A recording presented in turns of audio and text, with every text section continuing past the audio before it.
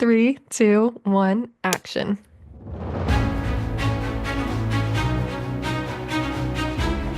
Welcome back to episode 44 of As Seen on Screen. I'm Gracie. And I'm Nicole, and we're your source for entertainment news, reviews, conversations, and more. You can find us wherever you watch or listen to your podcasts on Spotify and YouTube. Well, welcome back to another episode. Thank you so much for joining us here. Again, we are back this week sharing all the entertainment news. I keep saying this every single week, but there is so much to go over this week. The entertainment world truly never sleeps. We have so many, specifically trailer releases, some reality show casting news, some new ones coming to Netflix and Hulu, as well as some show cancellations and renewals. But before we get to all of that, we also want to share an interview we did do this week as well for the film When I'm Ready. I sat down and spoke with the writer and star Andrew Ortenberg, as well as his co-star June Schreiner. This film is a romance story ultimately, kind of hidden beneath this whole story that the world is coming to an end as the asteroid is supposed to be hitting Earth, and this couple is doing everything they can to spend their last days together and to live out the life they might have left if it's on a ticking time bomb. We don't know. This movie came out in February this year, so you can now watch it on digital formats. It is a great film. I really suggest it. I really enjoyed it. I thought it was very unique storytelling, and that's what really stuck out to me about the film. So thank you so much for Andrew and June for sharing their time with me. And let's go to the interview. Hey Andrew, hey June, how are you doing today? Doing good. How are you?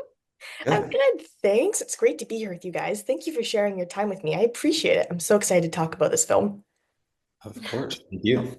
Honored to be here. Well, I just wanted to start off by saying congratulations because I so enjoyed watching this film, Andrew. I know this is your feature writing debut as well, and I was just so blown away by both of your performances. So just a huge congratulations to both of you on all of this. Thank you. Thank you for watching it, and I'm so glad you liked it. Yeah. I wanted to start off with the writing process a little bit because something I thought this film did so effectively in kind of its subtle nature is the use of foreshadowing throughout the film. And I'm actually in a screen story class right now at school, and the other day we were just talking about writing processes and how some people, when they start creative work, they have that beginning, middle, end going into it. Sometimes maybe when they start a writing process, they know a little bit more about the beginning and kind of let the writing maybe take them towards the ending that makes sense with the writing. So I'm curious to know, what was your writing process like for this when you started crafting this story? Uh, it was definitely an interesting writing process.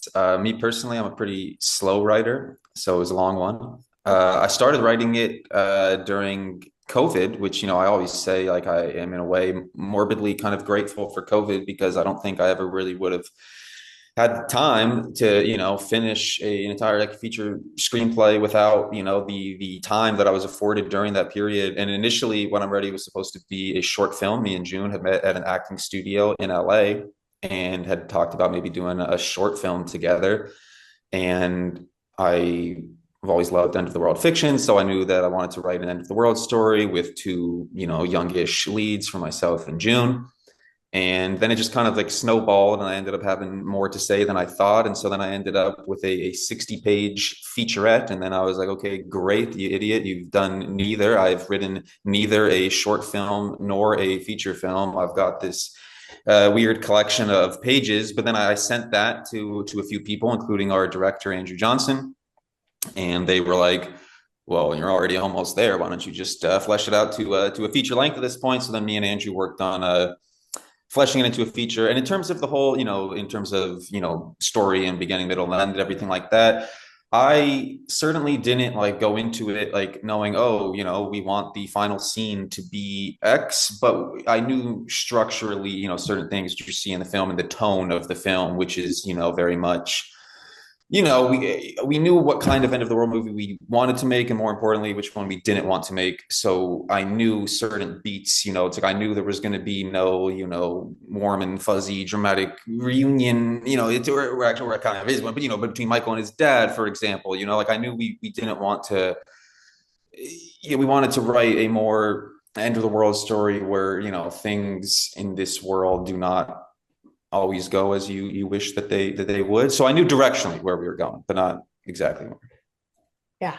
And I love the parts of the story that you chose to tell about this couple because I found the beginning so fascinating because you opened on this scene where they're sitting there in the morning at that cabin and they had that little back and forth about I think drinking the wine and where Rose is kind of like, oh, you can't chug this. And then it's like, oh, you scared. And it's just like you chose to tell the parts of this story without giving us too much information going into it about what was happening in the world around them. And it just focused on these two and wow, how they were going to live life to the fullest. And I really thought that was special, how you crafted the story. Wow, you really remember it. Yeah. Thank you. Yeah, I think that's just, it's personal preference, but that's certainly my personal preference is like I do not like very much exposition. Like to me, it's kind of like neither here nor there, if we explained every little detail of what was happening before this road trip. But that's totally subjective, like, because I've heard, and I appreciate it that you've got similar sensibilities. I've heard a lot of people praise that element of it and say, oh, wow, like, I really like that, there's not too much exposition or whatever. But I've heard criticism of some people who are like, I wish there was more exposition and I wish we knew, more about that. So I guess that's the beauty of writing and filmmaking is it's very subjective. True, very true. June, I wanted to ask you, I was watching an interview you recently did for the film, and you said something I really loved about playing Rose. And you said it took more of your heart to play her than kind of using logic and a bigger part of your brain when tapping into the character and who she is. So I'm curious as an actress to know how that changed kind of your preparation process and how you went into getting inside Rose's head, because I think that's so interesting to hear. Oh, thank you. Yeah, it's a lot. It's really different working from the mind versus working from the body or the heart. Maybe body and heart a little bit more similar. Um, but basically, I had to get out of my actor brain that wanted to analyze the script and really understand stimulus and response and how kind of like what you were asking about the writing process, like start like trying to get out of dissecting the script, which would be very intellectual. And if she was an intellectual character, I think maybe that would have served me. But it was about taking a step back and seeing her both like in the tiny minuscule moments of her heart and her love, and then also blowing it up and looking at it as a whole piece of like the truth of this character is that she just wants to feel love and express love with the time that she has left. And so the process kind of was getting out of my notepad and onto my feet. And I remember I looked at a lot of photos of Little Red Riding Hood because I really saw the link of her trying to get to her grandmother's house. And that's what Rose and Michael are trying to do too. So I even still have on my iPad, my background is still this Little Red Riding Hood piece. And so I looked at images of that and a lot of Mary Oliver poems, which I thought would be really helpful because she is, the master of bringing in the natural world into art. And that is maybe my favorite part of our movie is how much the natural world is a part of it. And I also think like there's such a direct link between living from a heart-centered place and living connected to nature. And so all of those are just a few examples of how I approached Rose from more of a heart-centered place rather than a mind-centered place.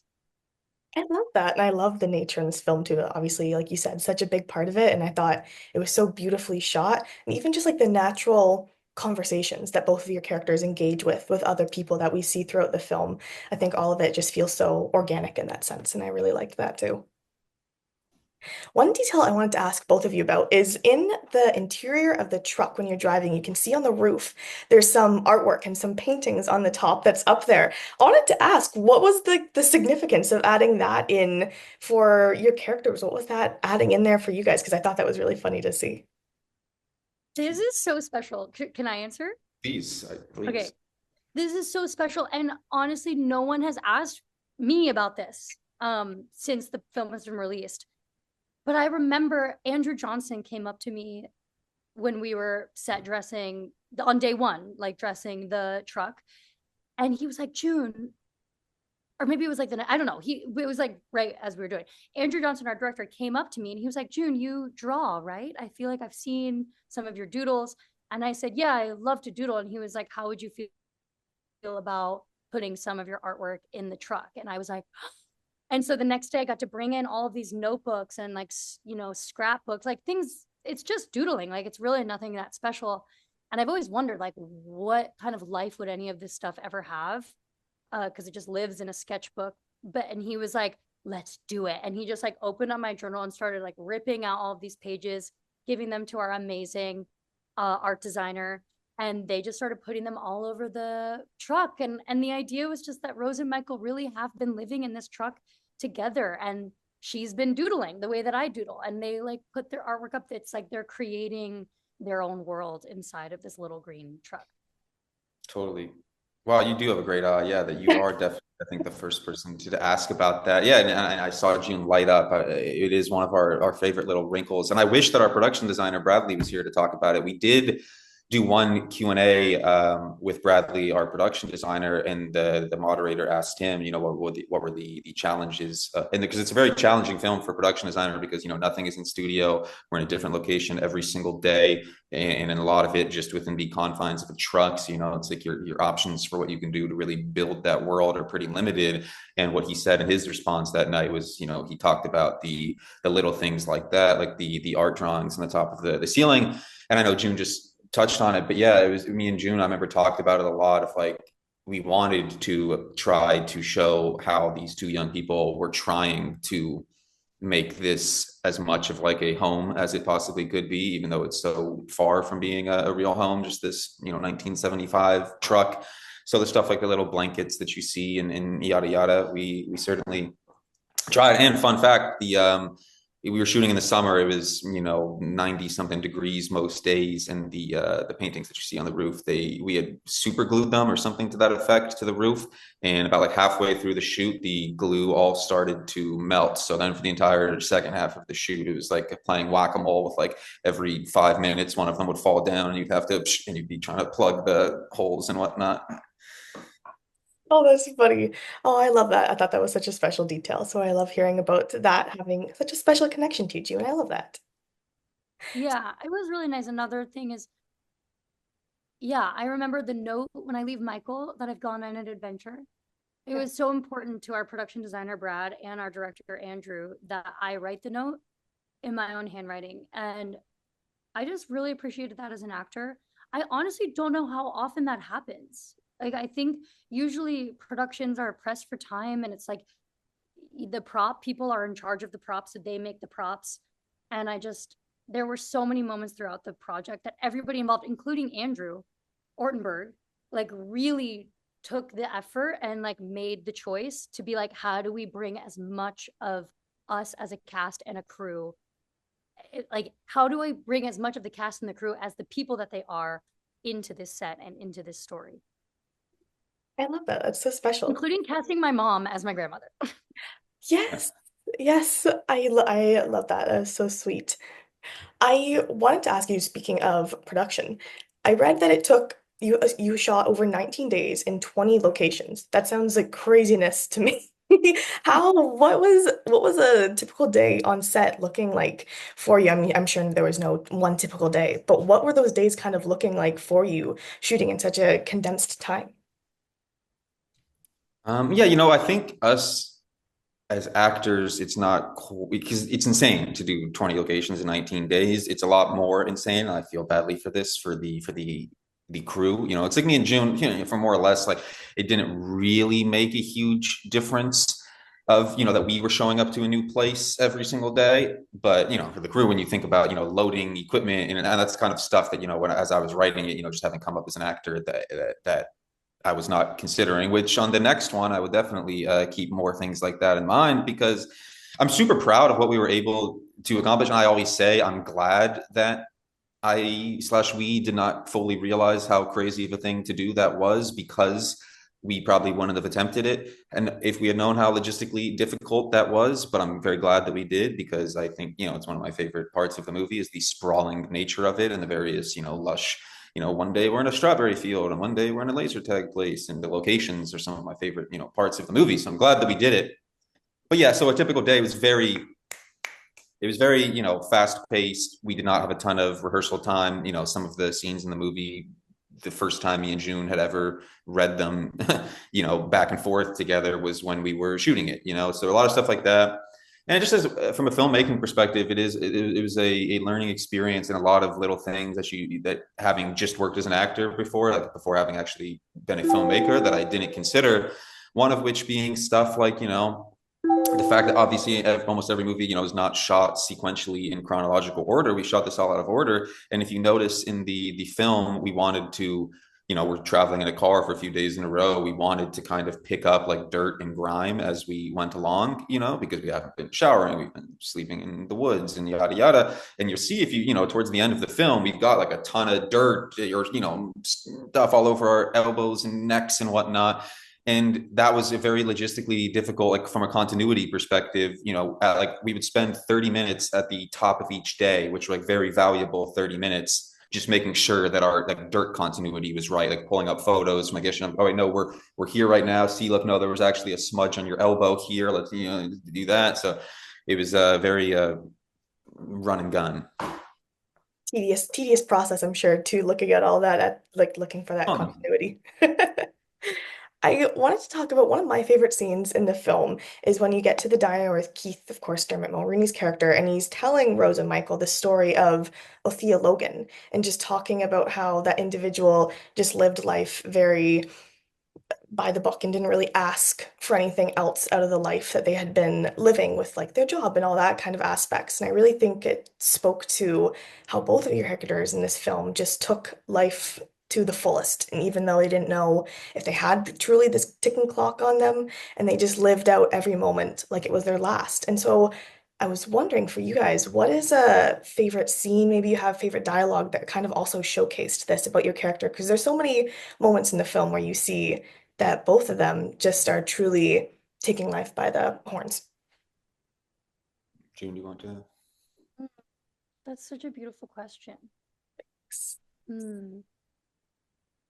I really want to answer this well. Do you want to think about it for a second? Do you have an answer? I think maybe. Okay, go ahead.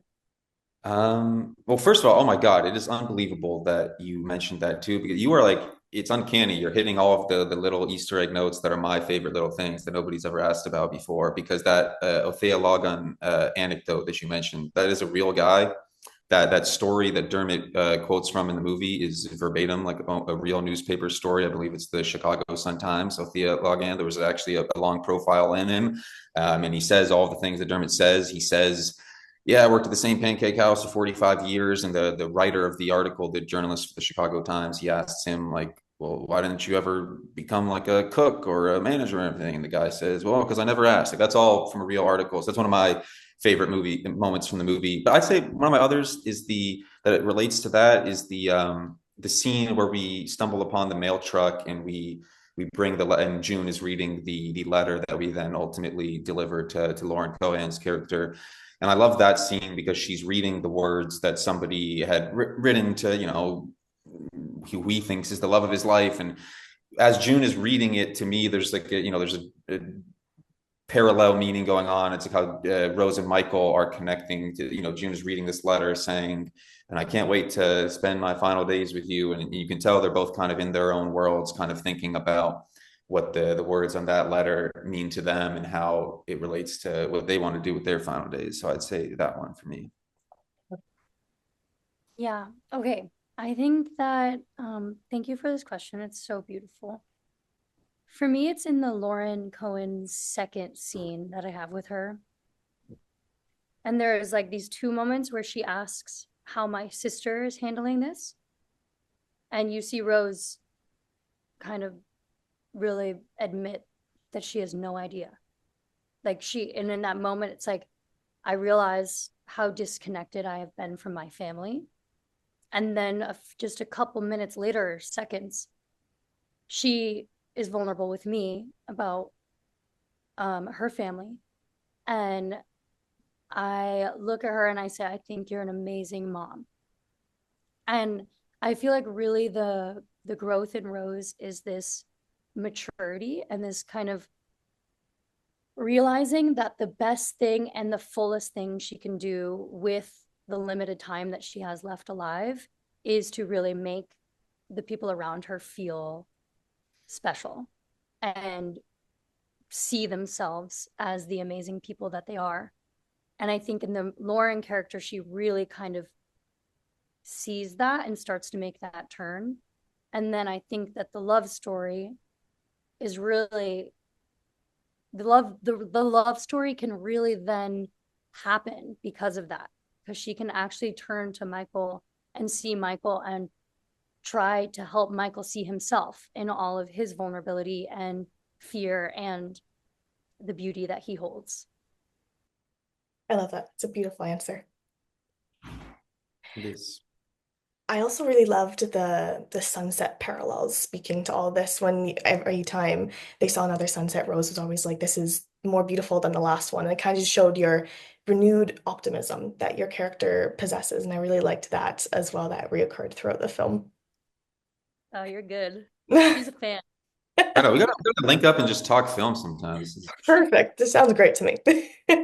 Well, I know we're running out of time here, but I did quickly want to ask you about the score of the film because the composer, I believe, Cameron Evans, I believe, is the name of the composer. It was just so beautifully well done. So I was wondering what the post-production process for that looked like. Did you have a big hand in kind of discussing what you wanted that score to look like? Did Cameron take more of an individual approach to that and bring it to you?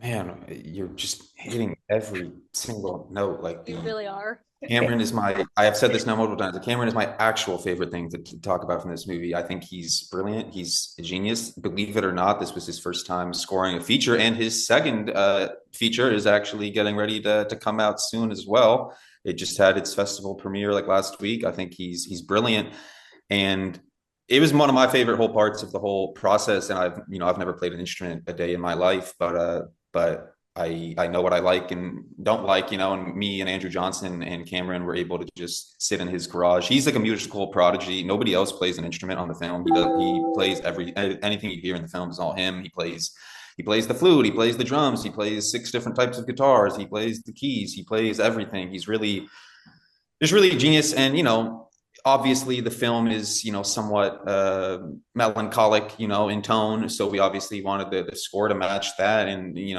I think that you can make a million critiques of the movie. I challenge anybody to watch it and tell me that it's not a damn good score. And I couldn't be prouder of the music in it.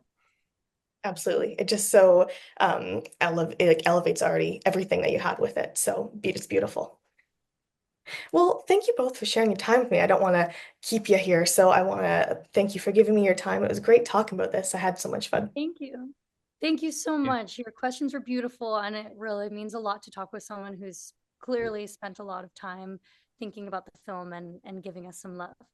I just want to say thank you again to Andrew and June for sharing their time with me. I loved sitting down with them and chatting all about this film. And again, you can watch When I'm Ready on digital formats now.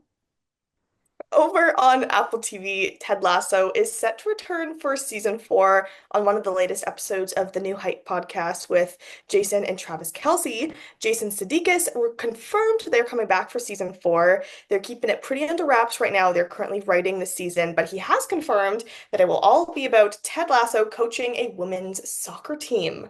So all the fans loving that show, get ready because a new season is coming soon, sometime. My mom is about to be so happy because she's obsessed with this show. And honestly, I don't know. Some fans, like everybody's basically happy about it, but some fans are mixed because obviously season 3 was supposed to be the last season and it wrapped it up in a nice little bow. And now we're ripping it open again. So there is no telling how many more seasons we're getting of this show, but the people seem to be happy about it. So congratulations to them. On the point Nicole made earlier of there being a lot of trailers this week, one of the ones that had people freaking out was Freakier Friday. I didn't even try to do that. I liked that wordplay. That was good. Look, as soon as I said it, I was like, "Ooh, wow." Uh, it's the little things that entertain Nicole and I. Oh, absolutely. But yes, Freakier Friday, the sequel to Freaky Friday. released its first trailer and it reveals the plot line for this upcoming sequel where there is a four-way switch with Anna, who is played by Lindsay Lohan, her daughter, and her soon-to-be stepdaughter, as well as obviously Jamie Lee Curtis. So we have a four-way switch going on here. Um, I don't know. Fans of the original seem like mixed on this. Some people love it. Some people, like me and you, are like, this is literally just the same movie, but with two more switches. So we'll see. It's one of those ones you'll have to catch when it hits theaters. Listen, I am just very curious as how they're bringing Chad Michael Murray into this because at the end of the trailer we see him obviously, we know he's Mm. in it. They do that little reveal of him at the end of the trailer. I'm He just looks very so good. right? But then also now, Anna, we know, has clearly had a daughter with someone who I don't Mhm. know if that'll be in the movie at all. Now we see her merging her families together with this new individual, with her soon-to-be stepdaughter. So she has her romance all taken care of. Are you telling me Chad Michael Murray's character is getting with Tess, her mother? You know, we are on theme for that this year. You know, the idea of you, baby girl, all Next the up is other, Chad which, Michael you know, Murray and Jamie Lee Curtis. we're not gonna hate on older women and younger men falling in love. More power to you. But I feel like for this type of movie, it might be a bit strange because, Yeah, I'm not actually convinced that's really what's going to happen with his character. I think he's oh, just maybe not at all, but it would be hilarious. I think maybe he's just gonna come in as a side character and not have maybe a romantic plot with either Anna or Tess, I feel maybe. I like don't what's gonna happen is he's gonna be in it for like 5 seconds, and then we're never gonna see him again. know. I fear you And might on that. that would make me very upset. Well, we have to wait till August 8th when it comes out in theaters. You know, I am happy this is getting a theatrical release. I can't lie. At first, when we first found out about this movie, my thought was that it was just going to be a streaming release, but I am excited that we're actually going to have a chance to see this in theaters. It is exciting for Disney to not just put it straight to Disney Plus. That's true, but I'm sure it will be going there after, so no Oh, worries percent if you don't want to see it in theaters. But keeping it on the theme of very attractive men, what do we have next, Nicole? Materialists, a movie we're talking about just 2 weeks ago on here when we first got the poster. We now have the first trailer drop and real first official poster for the film as well. So, as we sort of explained a few weeks ago, this movie focuses on a love triangle between a professional matchmaker in New York City, played by Dakota Johnson, her new love interest, Pedro Pascal, a from the trailer reveals like a rich businessman, and her ex-boyfriend who was not such a rich businessman.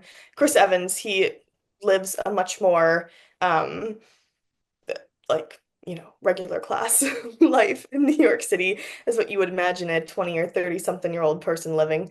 So I am so excited for this film. It is hitting theaters June 13th of this year. It is an A24 film.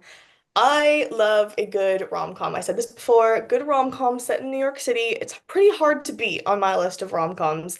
And now you're throwing Dakota, Pedro, and Chris Evans is just my man crush. He has always been my man crush. Like, Listen, Twitter, oh. this trailer dropped and Twitter went ablaze. They were like, what do you mean I have to choose between Pedro Pascal and Chris Evans? Which was interesting because most people were like, if you're not choosing Pedro Pascal, what are you doing? And I was Really? like, Because I saw a lot of people say Chris Evans. really? I only were seeing people saying Pedro. Okay, I'm glad my Chris This Evans is girl is crazy. still This is strong. back to like Team Edward or Team Jacob type stuff. Literally. Listen, I'm all for not team team going to the hot rich man and not going back to your ex. But But in this when your case, ex is Chris Evans, Chris Evans, he shouldn't be your ex. there You needs to work be a you second worked through it. second consideration, honestly. Literally, yeah, no, this is a movie about hot people finding hot people and being I'm sad because so they for found that. hot people. Yeah, if my So problem in life was choosing between Pedro Pascal or Chris Evans, my life would be so great. not only that, a rich Pedro Pascal, like obviously he's rich in real life, but like in the movie he's rich too. So like Where's the downside? Really, I'm waiting for the other shoe to drop. Like, what did Chris Evans do? You Here's what I'm know? saying though. This is gonna be the movie where all the girlies go into it and we're like, we're colorblind. We can't see red flags. They're just two good-looking men, and Dakota Johnson is a powerful woman who can choose for herself. We are colorblind. That's what I'm gonna say going into this movie. We're gonna go see this. We're gonna be like, we are colorblind. We see no color on flags. It is just men. And you know what? I'm sad for it. I will be here, although I don't think I've seen a rom-com that has beaten, in my mind, How to Lose a Guy in 10 Days. So, That's one of my all-time favorites. That is, yeah. That, Crazy Stupid Love, and Life as We Know It are my top three. Anyhow, moving into our last trailer release of the week, Gracie, what do we have? Shifting gears a little bit away here from the rom-com. so Netflix has finally released an official trailer for Happy Gilmore 2, and you know what? There's golf. Oh, wow. Like I don't know what to say about this trailer because it's literally just Happy Gilmore 2. So, Bad Bunny makes a cameo and he killed it in the trailer, breaking a golf club on his knee. Obviously we have Travis Kelce making a cameo. You have real golfers making cameos, Rory McIlroy, pop off, sir. Um, but yeah, it looks like a basic Adam Sandler movie that makes you feel good and makes you laugh. So I'm excited. That was too funny. There's golf, just in case you were. Just in case you don't know what it's about, there is going to be golf in the movie. Oh my gosh. I love seeing my girl Julie Bowen on screen. I'm very excited. You are a Um, Modern Family girly at heart. I am a Modern Family girl, and yes, so I'm excited to see her back in. I was gonna say a new project, but this is, a sequel project. So bringing her character back to the screen. In case you were wondering, Happy Gilmore 2 arrives on Netflix on July 25th. So we just have to wait a few more months until we are seeing Happy Gilmore and his crew back on our screen. So that's very exciting. But moving into our next piece of news, on to hosting gigs, something we've talked a lot on here about the past few months with all the award shows. Of course, a good chunk of award season has come to an end. Canadian award season still going strong, but we've gotten confirmation that Conan O'Brien is returning to host the Oscars, as well as Nikki Glacier returning to host the Golden Globes in 2026. So next year, Conan and Nikki will both be returning to host their respective award shows. And I think it's safe to say that we're both very excited about this because we both had nothing but great things to say about both of them hosting this year's award shows. They both killed it, so I'm glad that people are realizing that and taking note and doing it again. You know, if we find good hosts, we gotta keep them because it is brutal out there sometimes. But I'm happy for both of them, and I can't wait to see what's nominated next year. Obviously, we have no clue right now just because everything's still coming out, but it'll be interesting to see. Well, what is next on the list? This one's kind of shocking to me. The Sex Lives of College Girls has officially been canceled after 3 seasons at HBO. And this was one of HBO's, I don't want to say like most popular shows, but it was fairly popular with the younger community and just like fangirls, because obviously Timothy Chalamet's sister is in it, which we love. But the whole show is just about girls, girlhood, women just being true to themselves and like being comfortable in their skin. And obviously, it's silly, goofy too, because it's a comedy. So I was very surprised to see that this is ending, but I guess everything has to come to an end eventually. They've got to graduate at some point. Real. Well, also announced this week, a little bit different on the movies to TV.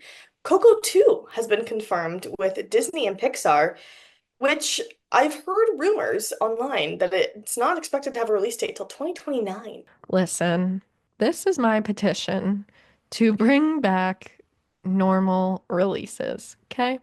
Remember when you didn't have to wait like several years for a movie or a TV show to come out, it would be like, oh, here, we'll announce it and it'll be here within the next few months.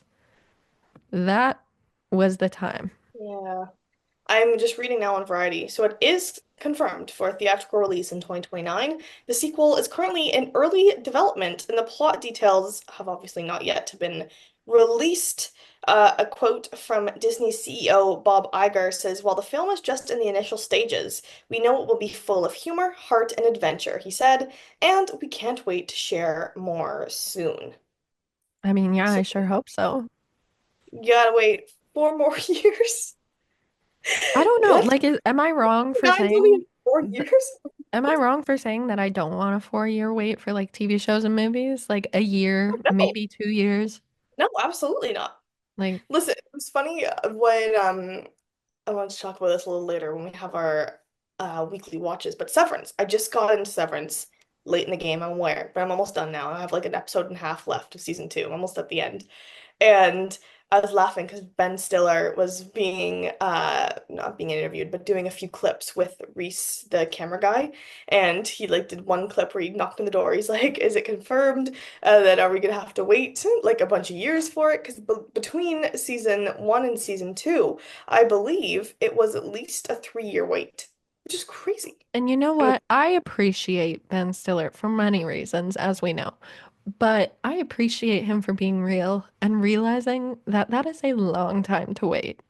Like, hello? I and have to rewatch the first season to remember what happened. like in the world of streaming, it's so easy to stream a 9, 10 episode season in a matter of days if you're just choosing to binge it. That's why I do somewhat appreciate when they still just released shows on a weekly schedule. At least I can't binge it in a week if I'm actually watching it live and keeping up with it. And then it's worth somewhat a little bit more justified to wait a few years when you're not going to watch it in 2 days. Yeah, honestly, like a lot of work goes into movies and TV shows, as we know, and I have the utmost respect for them. But I do miss the days where even streaming, like Netflix, you used to wait each week for a new episode to come out. Well, yeah, they did that with Paradise on Disney Plus just recently. That one I know was Exactly. weekly. Severance was also released weekly. Severance was not like this season just concluded last week, but it Exactly. was on a weekly schedule. That I have more respect for because then it feels like it took longer to watch it than, oh, I'm Exactly. done. Exactly. But enough of our rants. Moving over to music very quickly. Nicole, I know you're excited about this, so what do we got? Truly, this has been on repeat all weekend for me.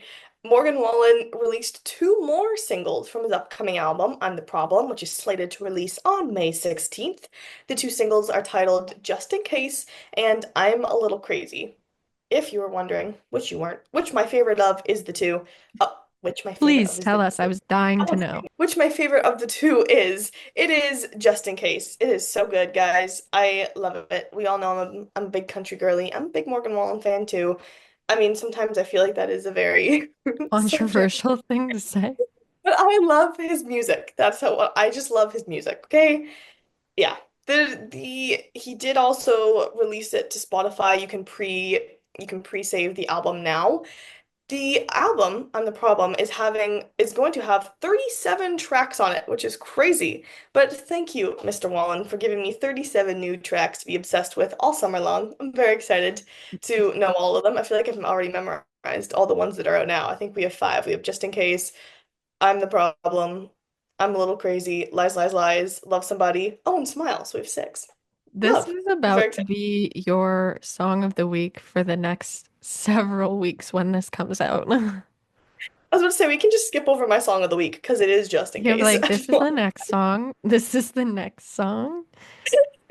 Uh, well, moving back to movie and TV world, specifically reality TV, um, The Golden Ticket is a new Netflix reality show which is based off of the Wonka universe. So for anyone who has ever watched the Willy Wonka movie, you know that they find a golden ticket in a chocolate bar and then they get invited to Willy Wonka's factory and all hell breaks loose, you know? Like these kids are really fighting for their lives inside. But that being said, it's now open for casting to contestants located in the United States. It'll be www.thegoldenticketcasting.com. And I'm That was laughing. a brutal transition. I'm laughing because I have no clue where Netflix is going with this reality series for the sole fact of everything I just described. Anyone who has watched the Wonka movies, not Timothy Chalamet movie, but the original like Willy Wonka, these children are literally fighting to survive. Like one girl turns into a blueberry, the other girl gets eaten by squirrels. Like one guy It's almost gets out there. decapitated because he's floating. Like this, I have no clue where Netflix is going with this because this is like a happier version of Squid Game. Literally. Like they know they're dying, but they're doing it because it's a reality show. Like obviously no one's gonna die, but it's it's just a crazy concept to me. Like who pitched this and what was the premise? I'm like extremely curious. Like, I don't know. I appreciate that we're getting reality shows. We have quite a few reality shows. We're just talking about Beast Games, like kind of like a Wipeout reality show. Like when Yeah. we're steering away from all of the romance reality shows. We're getting a lot of like, I don't even know how to categorize this because like Gracie said, who knows Crazy.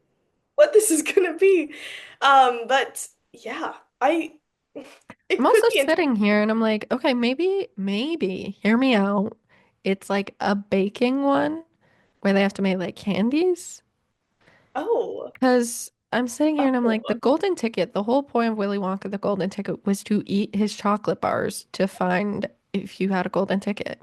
So how are we casting if someone's supposed to find a golden ticket? I'm confused. Unless they're making the best like Willy Wonka candies and chocolates. I don't know. I'm just, That, you know what? I actually like that theory. I would buy into that. I'd like that. I That's feel a like good it one. makes more sense than my initial people are going to be fighting for their lives. But also, I wouldn't put it past any streaming service to just create an outrageous reality TV show for us to be like, wow, this is crazy. I was about to say, okay, I like your thought, but then also this is on the Netflix blog. Their thing says, ready for some scrumdiddlyumptious news? The The Golden Ticket, an all-new reality competition series inspired by the bold and imaginative universe of Wonka, is coming to Netflix. Just like Charlie Bucket and the Other Children in Ronald Dahl's original 1964 novel, Charlie and the Chocolate Factory, a group of lucky contestants will have the chance to step into the whimsical wonderland. And to enter, you'll need a coveted golden ticket. To achieve sweet success in this high-stakes social experiment, players will have to adapt and strategize, as a golden ticket only gets you so far. Wonka's guests must withstand games, tests, and temptations designed to prove their instincts, resilience, and ability to thrive in the chaos of a retro-futuristic dreamscape. The filming location will be announced at a later date, and you must be 18 years or older and a legal resident of the US to apply. So I liked Gracie's theory of the baking. Maybe they'll have some like baking tests, baking competitions throughout this, but it sounds like it's definitely going to be more of like a physical test reality show, more of an actual competition against each other game show that way. So that's what we got going on there. We don't have any other news besides that for release dates, but we'll keep you updated on that because that is definitely an interesting one to follow. But keeping on the reality TV show train, Overboard for Love has been announced as the working title for Alex Cooper and Jeff Jenkins' new reality dating show that is coming to Hulu at a later date. They have now also just announced that casting is opened and you must be between the ages of 21 to 35-year-old to apply and ready to find love at sea. So, Listen, I messaged Gracie Nicole. already sent in her application. No, I'm kidding. Ah, no, I was gonna say what I did was I saw this and I sent it to Nicole and I said, okay, when are we applying so we can just go on a boat? Listen, girl, I'm not 21 till June. I can't even apply yet. It's okay. You'll be 21 by the time they probably start filming. So just That's write fair. 21. They'll never know. They will never know. But yeah, honestly, we have so many romantic reality TV shows. It's I'm hard to keep up. I'm not sure how this one is gonna stand out, but as we know, Alex Cooper is a marketing company genius. So I'm sure she'll come up with something that stands out and makes people want to watch. I'm very curious to see, like you said, what the hook of this reality show is going to be. So we will find out as more information comes out. Well, moving in to our weekly watches. Gracie, what you been watching this week? This week I watched Tyler Perry's Duplicity. It is now on Prime Video. I believe it's the number one movie on the platform right now, but it is so good. Let me tell you, I said this because I interviewed Kat Grimm, who plays the lead character in this film, and I said it to her too. I cannot remember the last time I watched a movie or a TV show and was genuinely shocked by the ending. Because, you get to a point where you watch so many movies and TV shows that you just kind of know you can guess who either the killer is or what's going to happen to a certain character or how it's going to end at all.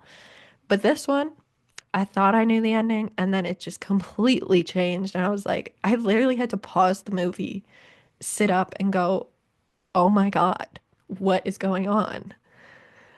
And I love that. I love that feeling of finally having a movie experience where you can enjoy it for like the first time and not be like, oh, saw that coming. So, highly recommend this movie if you're into a good mystery. It is a political mystery, but everyone plays their roles so well. The performances were so good, especially Kat. She was phenomenal. She was pushing emotional limits. And obviously, Tyler Perry is just a genius. So the fact that he's been able to create yet another hit is fantastic. So yeah, Tyler Perry's Duplicity on Prime Video. Go check it out. Love that. What a great review. I know, right? Well, Look at me being positive. you're But like, Nicole, what was in. your watch of the week? Okay, I have a few things to chat about, guys. It's been a busy watching week over here. Like I said earlier, I got into Severance. I've been meaning to get into Severance for a while, but like I've said, I was on a Modern Family binge. I just am bad at keeping up with TV shows. So I started it basically as the last few episodes were airing on Apple TV, and I'm finally on episode 9 of season 2. So I have like a little over half left of that one because I started it last night. And then episode 10. I'm so excited. I've somehow, knock on wood, managed to avoid all spoilers. So I'm very excited about that. I need to get it done today. So by the time this episode airs, I will be done and I will be so ready to talk about it with everyone. But I'm really enjoying Severance. So if you haven't yet gotten into Severance, I seriously, like everyone else, highly suggest it. But over on the movie front, I have two quick reviews to give everyone this week. You're So I really had a trying to chance. one up me, not even two up me. No, She I said, you didn't. have one, I have three. We didn't have an episode last week. I couldn't review Holland last week. I'm just kidding, go. Starting with Holland, which is going to Prime Video on Thursday. Thank you to the Terra Group for passing along a screener for us. But you know what? Holland was one I surprisingly liked. Coming out of South by Southwest, it didn't have the greatest reviews, so I wasn't sure what to think. But this is a crime thriller mystery film. It takes place in the town of Holland, Michigan. It stars Nicole Kidman and their character Nancy, and she portrays herself to have this perfect life in this perfect little town. So immediately as the film starts, you're put into this setting that obviously this town is not going to be as picture perfect as it seems, and there's a lot of mystery to unravel here. I will say I had zero idea where this film was going and the direction that it took. And when we had the big turns of events throughout the film, I had no idea where Mimi Cave, the director, was taking this, and I was surprisingly, pleasantly surprised by where this went. I gave it a 3 stars because there were some things that I didn't love. I didn't love, unfortunately, the ending. I'm not going to give anything away, and this just might be my take because I was speaking to someone else who also saw the film and they didn't mind the ending. So this is just totally my take, but the ending just kind of was unsatisfying to me. There was this big build up into the third act, and then it kind of just fell flat for me. So that wasn't my favorite part, but I still think this film was worth the watch. I did like the bulk of it. The mystery aspect was great. Nicole Kidman was great, as she usually is. Also in this film, we have Matthew McFadyen, who plays Fred, Nancy's husband in the film, and then also Gael Garcia Bernal, who plays Dave, and he is a fellow teacher at the same school as Nancy. So Dave and Nancy have this budding friendship that we see kind of ravel throughout the film. And then also Fred's character, he causes a lot of issues. I will just say that. He's not the picture perfect husband in this picture perfect town. So Holland is out on Prime Video this Thursday. We also have the Penguin lessons coming to theaters on Friday. Now, this was at TIFF. I didn't have a chance to check it out, so thank you to Star PR for sending along a screener for this as well. It stars Steve Coogan as Tom Michel. He is a teacher that moves to Argentina to be an English teacher at this all boys private school, and he then encounters a penguin when he is trying to impress this woman while kind of on a trip, and he now comes into possession of this penguin. And the penguin, basically, despite Tom's best efforts, will not leave him. He won't go back in the ocean. He wants to follow him around. So he ends up bringing him home, and the penguin teaches him all these life lessons inadvertently. Obviously, the penguin cannot talk. Penguin's not doing any of that. But just through taking care of this penguin, Tom learns all these things about himself, about the people around him, about the person he wants to be. And he also helps him in his classroom, kind of helps his English class improve upon their skills, focus better, community build together. So the penguin and him build this lovely little friendship that I love. We also see some other side characters and some side stories. Obviously, this film takes place in the 1970s. I believe 1976 is when this film takes place in. And so Argentina was in this tumultuous wartime. There's rise of communism throughout the country. So there was a few other things going on, some characters as well, but that all helped Tom figure out who he wants to be and help build these bonds with other characters and new people in his life. So I highly suggest this. I gave this movie a 4 stars on Letterboxd out of 5. So I really enjoyed this watch. It was just very sweet, dramedy film. So that comes out in theaters on Friday. But Gracie, what is your song of the week? I am so glad you asked this. Okay, here is my answer, and I don't even have to think about it. Ghost by Fifi Dobson. Listen, or Stuttering by Fifi Dobson. Honestly, Fifi Dobson. If you are not a Canadian, there's a good chance you don't know who Fifi Dobson is off by heart, but she is an icon. And like when I went to the Ghosting premiere, shout out to Matthew and Luke. Congratulations on season 2 of Ghosting. We love it's on CBC Gem. Luke was DJing and he played these Canadian hits. And honestly, it brought me back to how good these songs were and what like a critical part they played in growing up as a Canadian. So yeah, Fifi Dobson, Ghost. If you haven't listened to it, highly recommend it because it just gets you dancing. It's a good song and like it brings you back to like I want to say 2010s, like that era. But yeah. Anyway, Nicole, what country song do we have this week? Oh, mine's 100 fully percent going to be Just in Case by Morgan Wallen. Song I was talking about a little earlier. I love it. I've listened to it probably like 50 times already in the last few days. So definitely my song of the week. Love that I didn't even say song of the week. I was country song, go. You're like, I know. Moving in to our upcoming releases, starting off with what I just said. On Thursday, Holland is coming to Prime Video. Also on March 27th, A Complete Unknown is coming to Hulu. Then over on Prime Video, we also have Bosch Legacy Season 3. And we have All American, which, yes, is about the Paul brothers, coming to Max. On Friday, March 28th, we have A Working Man in theaters. We also have The Woman in the Yard in theaters.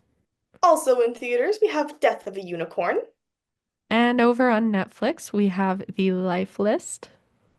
Taking it over to Disney Plus, we also have Alexander and the Terrible, Horrible, No Good, Very Bad Road Trip. I remember watching the first movie in theaters of that movie. But as you were saying, also on the 28th, a limited release is coming for the Penguin Lessons. Then we also have number one on the call sheet, Black Leading Man in Hollywood on Apple TV. And to go with that, we also have the Black Leading Women in Hollywood as well, also coming to Apple TV. Then over on Hulu, we have The Line. And lastly, on the 28th, we have Queer, which is going to Max. On March 30th, we have White Bird on Stars. And rounding off our list, on March 31st, we have the Best Christmas Pageant Ever going to Stars. This is the energy I like to see. Christmas movies in March. April. Perfect timing if you're into Christmas movies all year round. Well, that is everything for this week. If you're still sticking with us, thank you so, so much for tuning in and thank for hearing our interview this week, all of the news, and the release dates. As always, we'll be back next week at the same time. But I'm Nicole. I'm Gracie, and you can watch us wherever you get your podcasts on Spotify and YouTube. See you next week. Bye.